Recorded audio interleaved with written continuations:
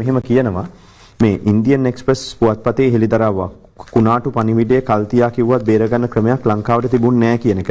මුල්ම අනාවැකිය 13 වෙනිදා අවපීඩන තත්ත්වයේ 20 වෙනිදා සුලි කුණාටුව කියලා අද දවසේ පුවත්පතේ සඳහන්. Wait a minute. Who are you? ඒක තනිකරම අපේ රටේ ජනමාධ්‍යත් මම දැක්කා මේ සමහර පත්තර ඉන්දියන් එක්ස්ප්‍රස් පුවත්පතේ හෙළිදරව්වක් කුණාටු පණිවිඩයේ කල්තියා කිව්වත් බේරගන්න ක්‍රමයක් ලංකාවට තිබුණේ නැහැ. මුල්ම අනාවැකිය 13 දා අවපීඩන තත්ත්වයක් 20 වෙනිදා සුලි කුණාටුවක්. Till it's cool, just cool, into the mouth. Nice. India IMD එක කියපු නැති දෙයක් විකෘති කරලා තමයි ඉන්දියන් එක්ස්ප්‍රස් එකේ දාන්නේ. ඉතින් ඉන්දියන් එක්ස්ප්‍රස් එක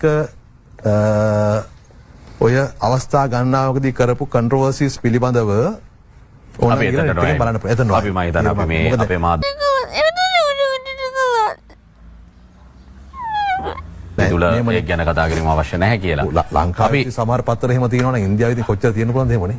හැම තැනම තියෙන්න පුළුවන්. අපි කෙටි